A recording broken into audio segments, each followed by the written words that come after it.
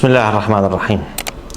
هذا المريض عاف الحصواية بالكلية وهملها كل شيء ما نسوي لها، ممكن تأثر على الكلية لو لا.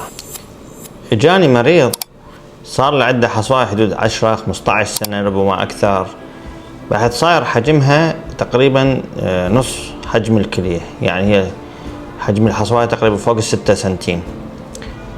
قلت دكتور لا توجعني لا كذا، بس بعدين بالفترة الأخيرة قام مسوي التهابات، هو يدري بها الحصواية طبعا.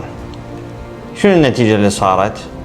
انه هاي كثرة الالتهابات والحصواية قاعدة داخل الكلية، صحيح متوجعة بس هي تأثر على عمل الكلية، بالمحصلة أدت إلى تلف وقصور في عمل الكلية. لما سوينا أنا فحص الأشعة الذرية لنشوف وظائف الكلية ايش قد، طلعت مع الأسف 2%.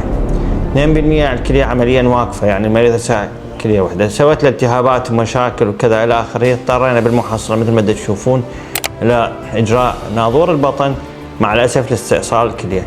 لذلك يا أخوان إذا عندك حصات بالكلية رجاء عالجها أحسن ما نضطر إلى إجراءات حقيقة ما نحبها. نتمنى الصحة والعافية للجميع. استشارة جراحة البولية دكتور علا محمد الكواس.